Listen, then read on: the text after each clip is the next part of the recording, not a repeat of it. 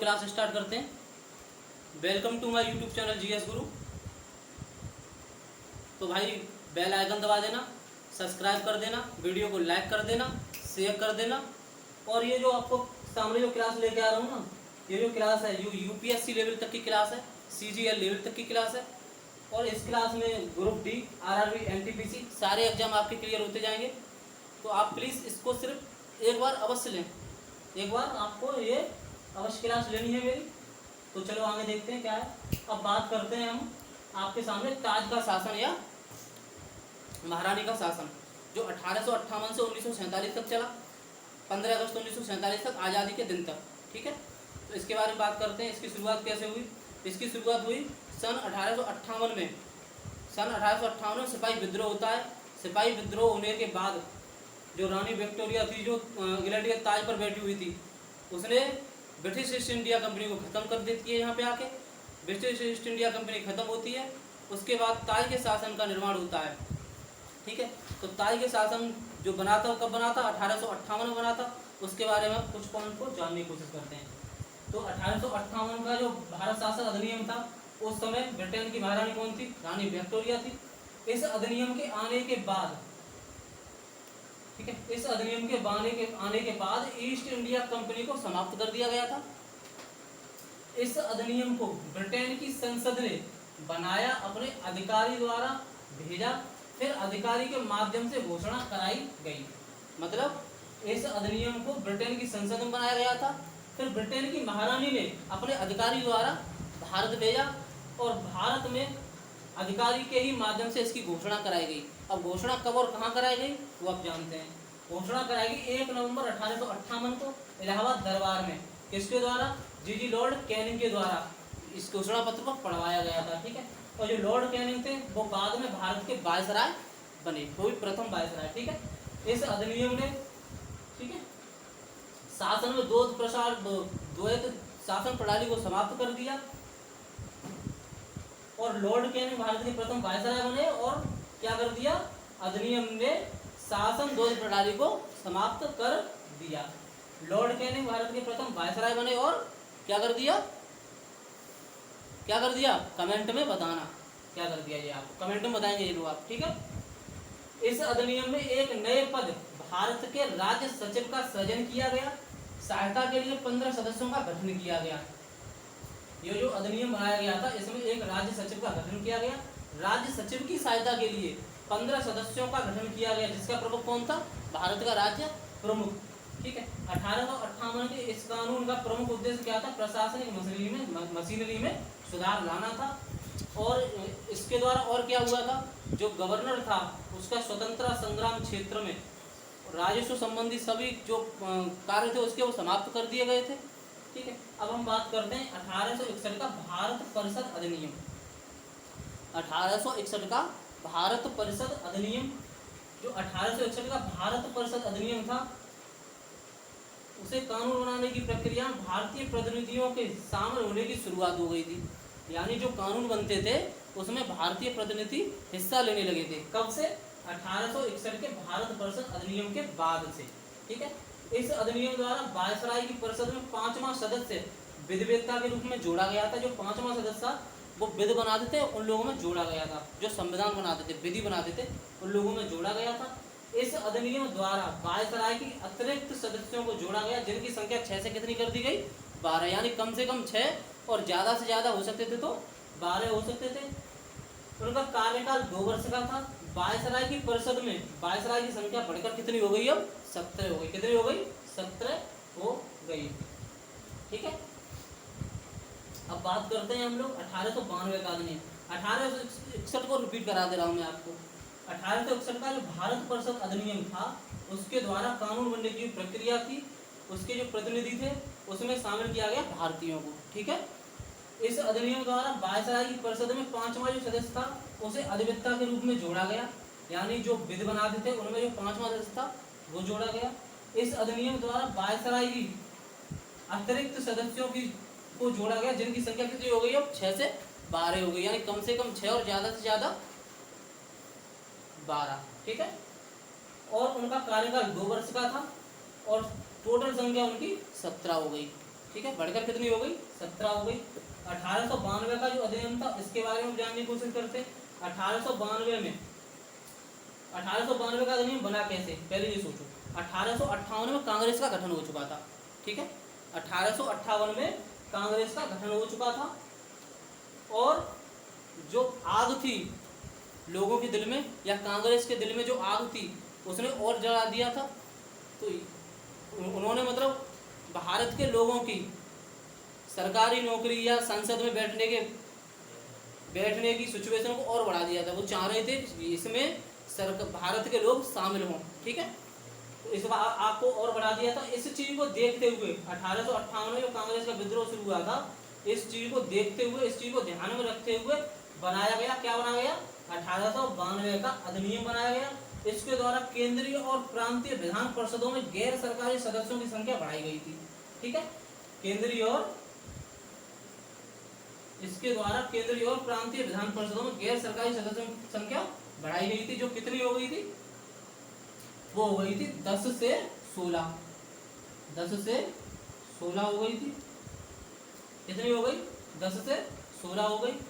बम्बई और मद्रास में 20 हो गई। बम्बई और मद्रास में कितनी हुई, 20 हुई।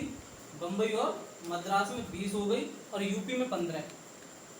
10 से 16 कर दी गई। बम्बई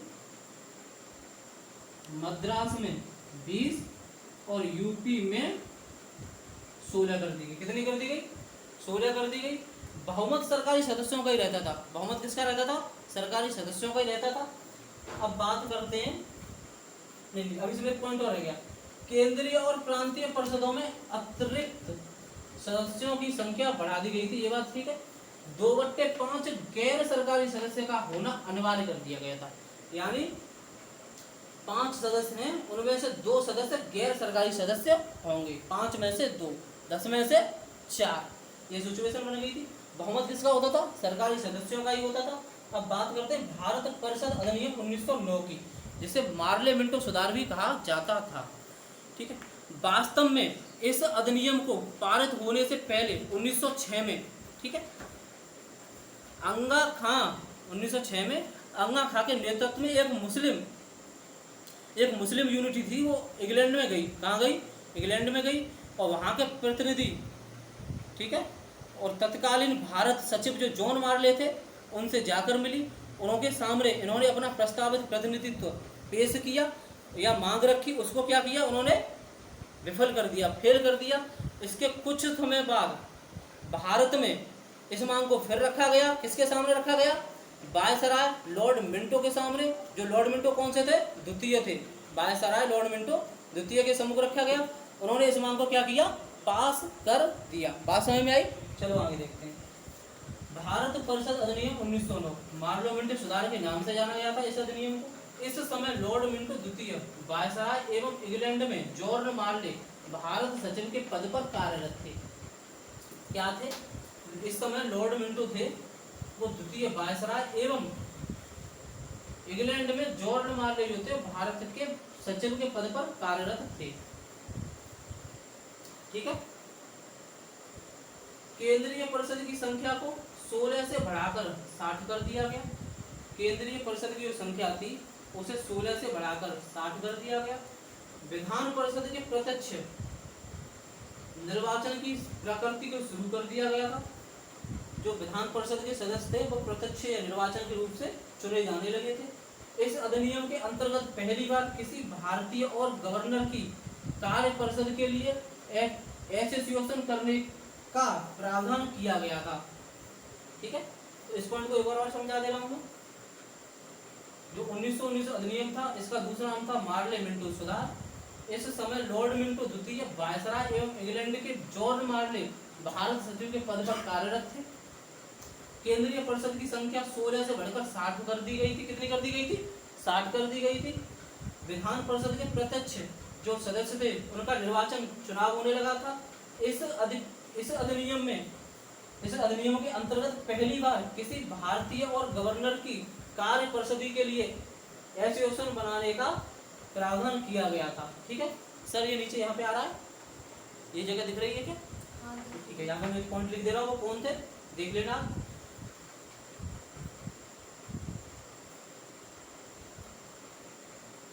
जो भारतीय कौन थे, वो थे सत्येंद्र प्रसाद सिन्हा। कौन थे? सत्येंद्र प्रसाद सिन्हा। सत्येंद्र प्रसाद सिन्हा, ठीक है। इन्हें विधि सदस्य भी कहा जाता था। क्या कहा जाता था?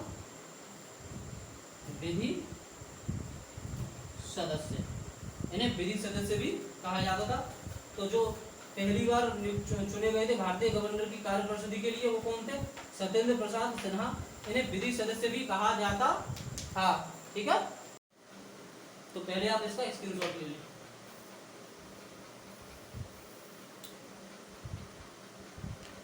चलो ठीक है, अब देखते हैं भारत शासन अधिनियम 1919, ठीक है। तो अधिनियम 1919, अधिनियम मतलब इनका मतलब क्या होता है? या तो ये अधिनियम 1919 में बना होगा या लागू हुआ होगा।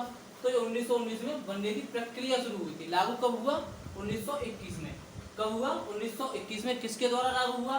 तो ये लागू हुआ विक्टोरिया के पुत्र ड्यूक ऑफ के द्वारा। किसके द्वारा लागू हुआ था? विक्टोरिया के पुत्र ड्यूक ऑफ के द्वारा लागू हुआ था। तो भारत शासन अधिनियम में सबसे लागू करने से पहले सबसे पहले क्या बात कही? तो उन्होंने कहा था 20 अगस्त 1917 उन्होंने बोला कि ब्रिटिश सरकार पहली बार घोषणा की थी 20 अगस्त 1917 को कि उनका उद्देश्य क्रमिक रूप से क्या था? क्रमिक रूप से उनका उद्देश्य क्या था? कि उत्तरदायी सरकार की स्थापना करना था भारत पर। समझ में आई बात को? ये बात उन्होंने बोली थी। तो इस अधिनियम को चेम्सफोर्ड सुधार के नाम से जाना जाता है। क्या जाना जाता है? इस अधिनियम को चेम्सफोर्ड सुधार के नाम से जाना जाता है।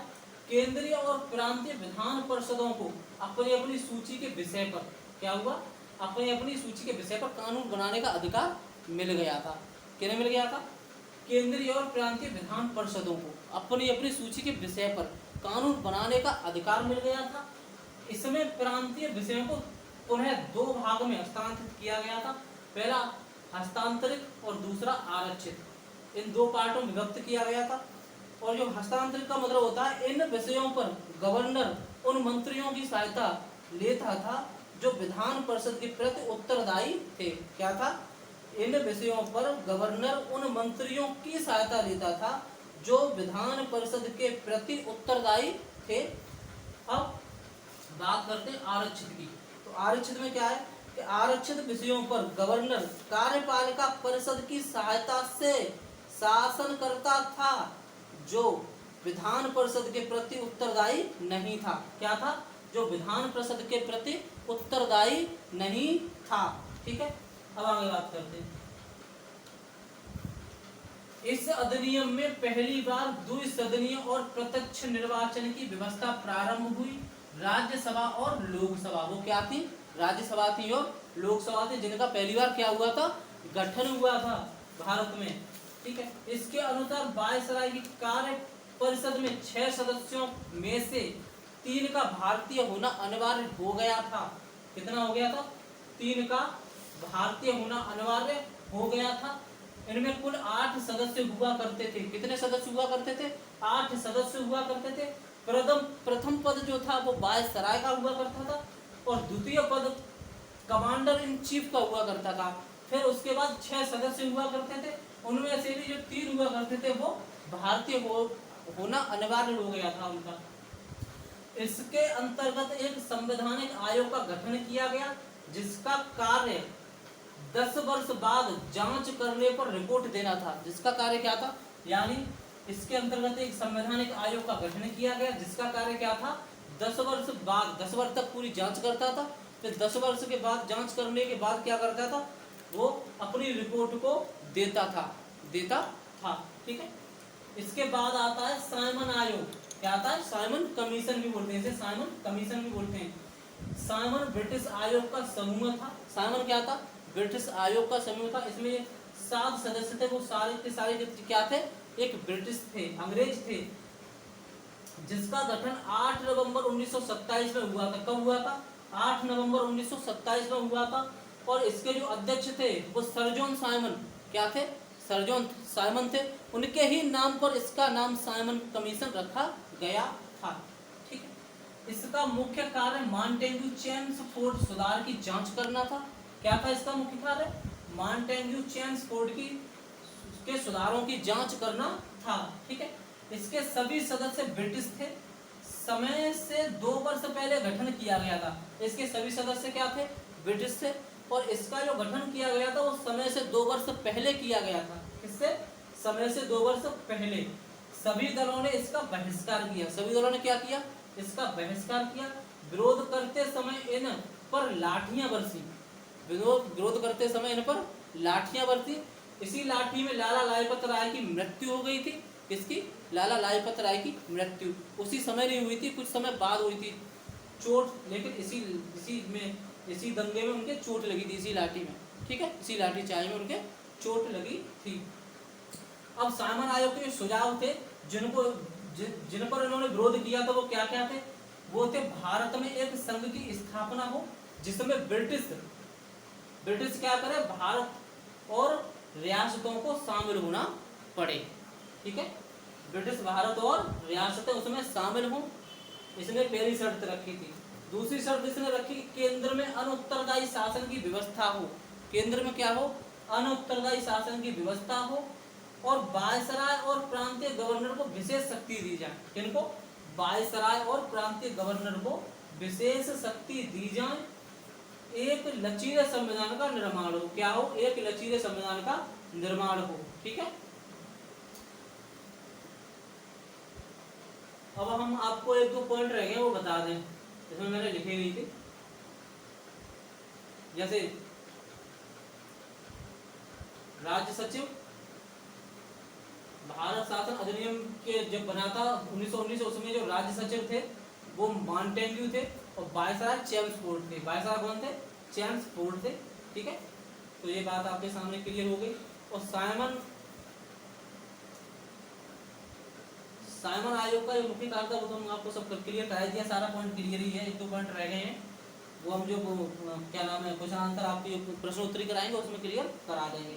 ठीक है, अब कल हम बात करते हैं भारत शासन अधिनियम 1935 की, जो बहुत ही इम्पोर्टेंट है।